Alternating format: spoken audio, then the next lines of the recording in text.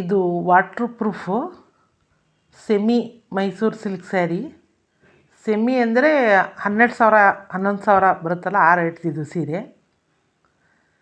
ಇದಕ್ಕೆ ನಾನು ಗೋಲ್ಡ್ ಕಲರಲ್ಲಿ ಕ್ರೋಶಾ ವರ್ಕ್ ಹಾಕ್ತಾಯಿದ್ದೀನಿ. ಸೂಜಿ ಮೇಲೆ ದಾರ ತಂದು ಬಟ್ಟೆ ಒಳಗಡೆಯಿಂದ ದಾರ ತಂದು ಎರಡರಲ್ಲಿ ಒಂದು ಮಾಡ್ತಾಯಿದ್ದೀನಿ.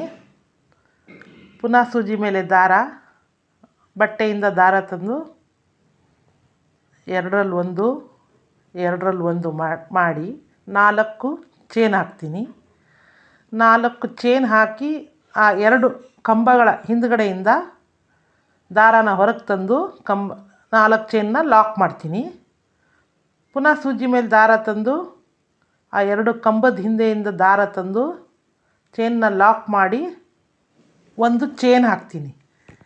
ಚೈನ್ ಹಾಕಿ ಮತ್ತೆ 2 ಕಂಬ ಸೂಜಿನ ಸ್ಟ್ರೈಟಾಗಿ ಇಟ್ಕೊಂಡು ಸೂಜಿ ಮೇಲೆ ದಾರ ತಂದು ಬಟ್ಟೆಯಿಂದ ಒಂದು ದಾರ ಹೊರಗಡೆ ತಂದು 2ರಿಂದ 1 ಮಾಡ್ತೀನಿ. ಪುನಃ ಸೂಜಿ ಮೇಲೆ ದಾರ, ಬಟ್ಟೆಯಿಂದ ದಾರ ತಂದು 2ರಿಂದ 1 ಮತ್ತು 4 ಚೈನ್, ಮತ್ತು 2 ಕಂಬದ ಹಿಂದುಗಡೆಯಿಂದ ದಾರಾನ ಹೊರಗೆ ತಂದು ಒಂದು ನಾಟ್ ಹಾಕ್ತೀನಿ. ನಾಟ್ ಹಾಕಿ ಪುನಃ ಸೂಜಿ ಮೇಲೆ ದಾರ ತಂದು ಕಂಬದ ಹಿಂದುಗಡೆಯಿಂದ ಪುನಃ ಒಂದು ದಾರ ತಂದು ನಾಟ್ ಹಾಕ್ತೀನಿ. 2 ಸಲ ಹಾಕಿದ್ದೀನಿ. ಮತ್ತು ಒಂದು ಚೈನ್. ಈ ಥರ ನಾನು 3 ಕಂಬಗಳನ್ನ ಹಾಕ್ಕೊಂಡು ಆಮೇಲೆ ಒಂದು ರೌಂಡ್ ಮಣಿನ ಹಾಕ್ಕೊಂಡಿದ್ದೀನಿ. 3 ಕಂಬ, ಒಂದು ರೌಂಡ್ ಮಣಿ. ಸೀರೆ ಸ್ಟಾರ್ಟಿಂಗಲ್ಲಿ 6 ಎಳೆ ದಾರ ತಗೊಂಡಿದ್ದೀನಿ. ಆ ದಾರಾನ ನಾನು ಹೇಗೆ ತಗೊಂಡೆ ಅಂತ ನಿಮಗೆ ತೋರಿಸ್ತಾ ಇದ್ದೀನಿ. ಈ ಚೇರ್ನ ದೂರದಲ್ಲಿ ಇಟ್ಕೊಂಡಿದ್ದೀನಿ ಹಾಲಲ್ಲಿ. ಒಂದು ಕಿಟಕಿಗೆ ಫಸ್ಟು ಒಂದು ದಾರ ಕಟ್ಟಿದ್ದೀನಿ. ಒಂದು ದಾರ ತಗೊಂಡು ಕಿಟಕಿಗೆ ಕಟ್ಟಿದ್ದೀನಿ. ಕಟ್ಟಿ ಆ ಕಂಬಿಯಿಂದ ಸುತ್ಕೊಂಡು ಬಂದು ನೋಡಿ, ದಾರ ಕೈಯಲ್ಲಿ ಹಿಡ್ಕೊಂಡು ನಾನು ದಾರಾನ ಸುತ್ಕೊಂಡು ಬಂದು ಸ್ಟಾರ್ಟಿಂಗ್ ಎಲ್ಲಿ ಕಟ್ತೀವೋ ಅದನ್ನೇ ಮೊದಲನೇ ಎಳೆ ಅಂತ ಹೇಳ್ತೀನಿ.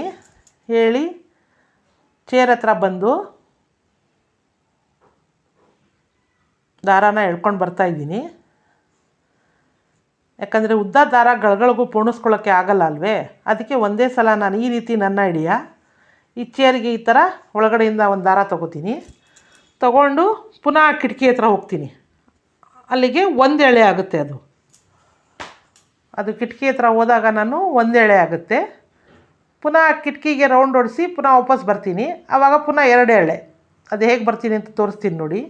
ಹೀಗೆ ಕಿಟಕಿ ಒಳಗಡೆ ಹಾಕಿ ದಾರಾನ ವಾಪಸ್ಸು ಆ ಥರ 6 ಎಳೆ ಮಾಡಿಕೊಂಡು ಕಟ್ ಮಾಡಿ ಗಂಟು ಹಾಕಿ 6 ಎಳೆನ ಒಂದೇ ಸಲ ಕೈಯಲ್ಲಿ ಹಿಡ್ಕೊಂಡು ಗಂಟು ಹಾಕಿ ಒಂದು ಖಾಲಿ ರೀಲ್ಗೆ ಸುತ್ಕೊಂಡಿದ್ದೀನಿ. ಆ ಸುತ್ಕೊಂಡಿರೋದನ್ನು ಇಟ್ಕೊಂಡಿದ್ದೀನಿ. ಪುನಃ ಲಾಸ್ಟಲ್ಲಿ ಗಂಟು ಹಾಕಿ ಇಲ್ಲಿಂದ ಶುರು ಮಾಡಿದ್ದೀನಿ. ಇಲ್ಲದಿದ್ದರೆ 6 ಎಳೆ ಗಳಗಳಿಗೂ ಪೋಣಿಸ್ಕೊಳ್ಳೋಕ್ಕೆ ಆಗಲ್ಲ ಅಂತ ಈ ಥರ ಹಾಲಿಂದ ಒಂದು ಚೇರ್ಗೆ ಕಿಟಕಿಗೆ ನಾನು 6 ಎಳೆ ದಾರನ ಮಾಡ್ಕೊಂಡಿದ್ದೀನಿ. ಮಾಡಿಕೊಂಡು ಕ್ರೋಶಾನ ಹಾಕ್ತಾಯಿದ್ದೀನಿ.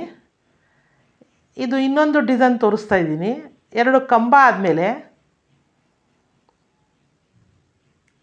ಸೂಜಿ ಮೇಲೆ ದಾರ ತಂದು ಪಫ್ಗಳನ್ನ ಮಾಡ್ತಾಯಿದ್ದೀನಿ. ಸೂಜಿ ಮೇಲೆ ದಾರ, ಪುನಃ ಸೂಜಿಯಿಂದ ದಾರ, ಹಿಂದುಗಡೆಯಿಂದ ದಾರ, ಹಂಗೆ ಒಂದು 3 ಸಲ ತೊಗೋತೀನಿ ದಾರಾನ.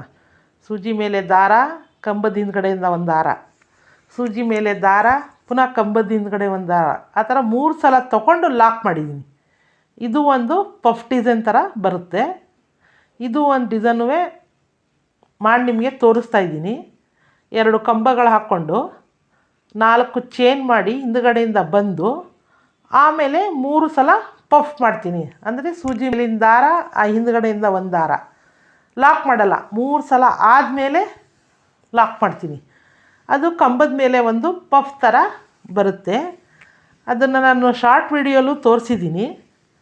ಅದು ಪಫ್ ಹೇಗೆ ಮಾಡಿದ್ದೀನಿ ಅಂತ ನೀವು ಶಾರ್ಟ್ ವಿಡಿಯೋಲ್ಲೂ ಹೋಗಿ ನೋಡಿ. ಇಲ್ಲ ಅಂದರೆ ಇದನ್ನೇ ಇನ್ನೊಂದು ಸಲ ನೋಡಿ ನಾನು ಪಫ್ ಹೇಗೆ ಮಾಡಿದ್ದೀನಿ ಅಂತ ಗೊತ್ತಾಗುತ್ತೆ. ಆ 2 ಕಂಬದ ಮೇಲೆ 3 ಎಳೆನೂ ಪಫ್ ಥರ ಬಂದಿರುತ್ತೆ.